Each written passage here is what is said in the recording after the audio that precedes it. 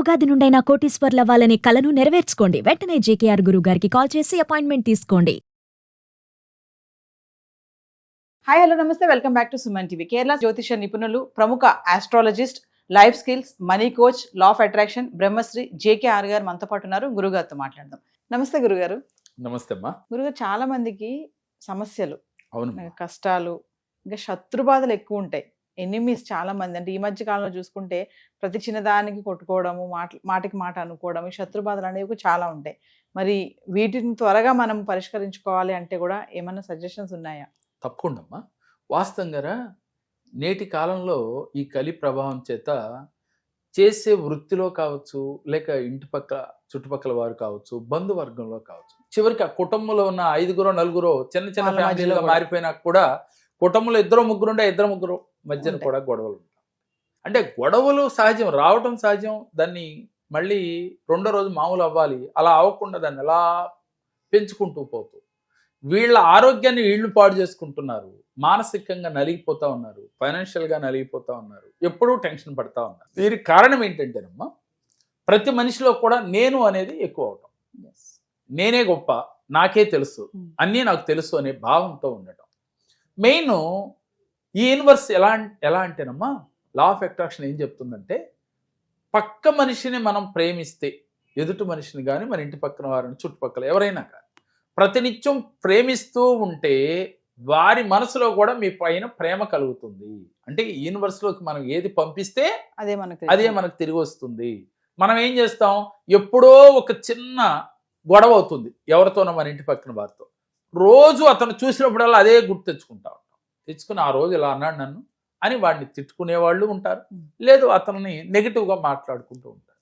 ఇది ఎప్పుడైతే యూనివర్స్లోకి వెళ్తా ఉంది, అతని మనసులోకి వెళ్ళి అతని ఆలోచన కూడా మన పైన ఇలాగే. నేనేమంటానంటే, ఇద్దరు మారతారా అంటే, ఇద్దరిలో ఏ ఒక్కరైనా ఈ సబ్జెక్ట్ గురించి తెలుసుకుని, సరే అతను ఎలా అన్నా ఉన్నాయి, నాకు అనవసరం, నేను మారాను కాబట్టి నాకు అతని మీద ఉన్న శత్రుభావాన్ని ఈ క్షణమే నేను భగవంతుడి పాదముల దగ్గర వదిలేస్తున్నా అని నీళ్లు తీసుకుని 3 సార్లు భగవంతుడి పాదముల దగ్గర వదిలేశాను. నాకు అతని పైన శత్రుభావం లేదు, ఈ రోజు నుంచి నేను అతన్ని మిత్రుడుగానే చూస్తున్నాను అని మీ మనసులో ఆ శత్రుభావాన్ని డిలీట్ చేసేసి, ఇక అతని గురించి పాజిటివ్గా ఆలోచించండి. ఇక ఆ తర్వాత అతను చేసే చెడు పనులు గుర్తు రాకూడదు మీకు. అతను ఏదో ఒకటి మంచి పనులు చేస్తాడు కదా, ఆ మంచి పని మాత్రమే గుర్తు రావాలి. అలా గనక ఉంటే యూనివర్స్లోకి ప్రతిరోజు ఈ సంకల్పాలు పంపుతూ ఉంటాయి. అపోనొపోనో టెక్నిక్ చాలాసార్లు మనం లా ఆఫ్ అట్రాక్షన్లో వాడుతూ ఉంటాం. ఆ టెక్నిక్ వాడినా కూడా శత్రువు మిత్రుడుగా మారతాడమ్మా. అంటే ముందు మనం ఆస్ట్రాలజీ ప్రకారం కానీ, అలాగే లా ఆఫ్ అట్రాక్షన్ ప్రకారం కానీ, మనం 2 రకాల, ఏ రకం మనకి మనసుకి నచ్చితే ఆ రకంగా మనం ఎదుటి వ్యక్తి నుండి ప్రేమని పొందవచ్చు. అది భార్యాభర్తల మధ్యన కావచ్చు, తండ్రి కొడుకుల మధ్యన కావచ్చు, లేక చుట్టుపక్కల వారు కానీ, కొలిక్స్ కానీ, లేక మన మేనేజర్ దగ్గర నుంచి, పై బాస్ కాడి నుంచి మన పైన శత్రుభావం ఉంది, మన తక్కువగా చూస్తున్నారు అని ఫీలింగ్ వచ్చినప్పుడు, వాళ్ళు ఎలా అన్నా ఉన్నాయి, ముందు మనం మారి మన మనసును మనం మార్చుకుని ప్రతిరోజు ఒక అరగంట సేపు ధ్యానం చేసి, ధ్యానం అయిన తర్వాత మీరు అఫర్మేషన్స్, విజువలైజేషన్, హొపనొపనో టెక్నిక్ కానీ మీరు ఆచరిస్తే లా ఆఫ్ అట్రాక్షన్ ప్రకారం వెంటనే రిజల్ట్ వస్తుంది. అలాగే ఆస్ట్రాలజీ ప్రకారం ఏం చేయాలి, ముందుగా వారిని ప్రేమగా మనసులో భావించుకుని, వారు చేసిన మంచి పనులు ఊహించుకుని, వారు మనతో ప్రేమగా ఉంటున్నట్లుగా, వారు నాకు శత్రువు కాదు, మేమిద్దరం ఈ రోజు నుంచి మిత్రులుగా మారిపోయాము అని ఫీల్ అవుతూ నేను చెప్పే మంత్రాన్ని చదవాలమ్మా. ఏమిటి అని అంటే, ఎటువంటి శత్రుభావం ఉన్నా చివరికి ఇది చేయటం వల్ల కోర్టు ఇంకా రేపు ఎల్లుండో ఈ కేసుని కొట్టేస్తుంది అనే సమయంలో ఇద్దరు కలిసిపోయిన సందర్భాలు కూడా ఉన్నాయి. కోర్టుకు వెళ్ళి చివరి స్టేజ్లో, అంటే వీళ్ళు విడిపోవాలి అని చెప్పి కోర్టు కేసు రేపు మనకు తీర్పు వస్తుందనే సమయంలో కూడా మరలా వీళ్ళు ఆ తీర్పు వచ్చేలోపే వీళ్ళిద్దరు కలిసిపోయి రాజీకి వచ్చారు. అంతటి అద్భుతమైన మంత్రం ఇది, ప్రత్యంగిరి మంత్రం అంటారు ఇది. ఈ మంత్రాన్ని ప్రతిరోజు ఓపిక ఉన్నవారు 21 సార్లు కానీ 54 సార్లు కానీ చేస్తే మంచి ఫలితం వస్తుంది. ఎటువంటి శత్రువైనా సరే వెంటనే మిత్రుడిగా మారిపోతాడు. ఈ మంత్రం ఏమిటంటే, ఓం ఐం హ్రీం శ్రీం ప్రత్యంగిరే మమ రక్ష రక్ష మమ శత్రున్ భక్ష భక్ష ఓం స్వాహ. ఈ మంత్రాన్ని రోజు కూడా 54 సార్లు కానీ 21 సార్లు కానీ చేసేటప్పుడు ముందు ఆ మంత్రంలో ఉన్న భావం తెలుసుకోవాలి. ఓం ఐం హ్రీం శ్రీం మనం గత వీడియోలో చెప్పుకున్నాం. ప్రచంగిరే మమ రక్ష రక్ష, మమ శత్రున్ భక్ష భక్ష.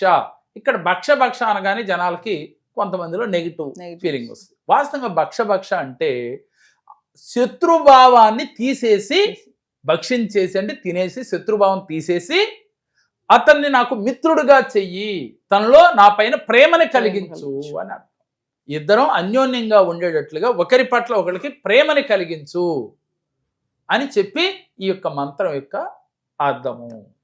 దానిలో ఉన్న శబ్దాన్ని చూసి వెంటనే నెగిటివ్ ఆలోచన చేయకుండా పాజిటివ్గా తీసుకుని ఈ మంత్రాన్ని రోజు ఆచరిస్తూ మీరు లా ఆఫ్ అట్రాక్షన్ ప్రకారం ఈ టెక్నిక్స్ కన్నా ఎవరైతే ఫాలో అవుతారో వారికి తప్పకుండా భార్యాభర్తల మధ్యన కానీ, లేదు బంధాల్లో కానీ, అన్నదమ్ముల మధ్యన కానీ ఎలాంటి శత్రు భావాలున్నా, అది కోర్టు సమస్యలైనప్పటికీ కూడా వెంటనే తిరగపోవచ్చమ్మా.